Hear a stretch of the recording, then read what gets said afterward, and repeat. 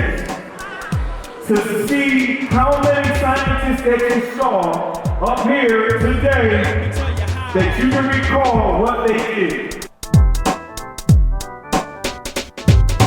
Here we go. Y'all pretty good. 30 seconds and you're gonna shake the blood out of your hand. You cool with that? All right. And she worked in the area where, so when things blow up, they produce what? Carbon dioxide and H2O. That's right.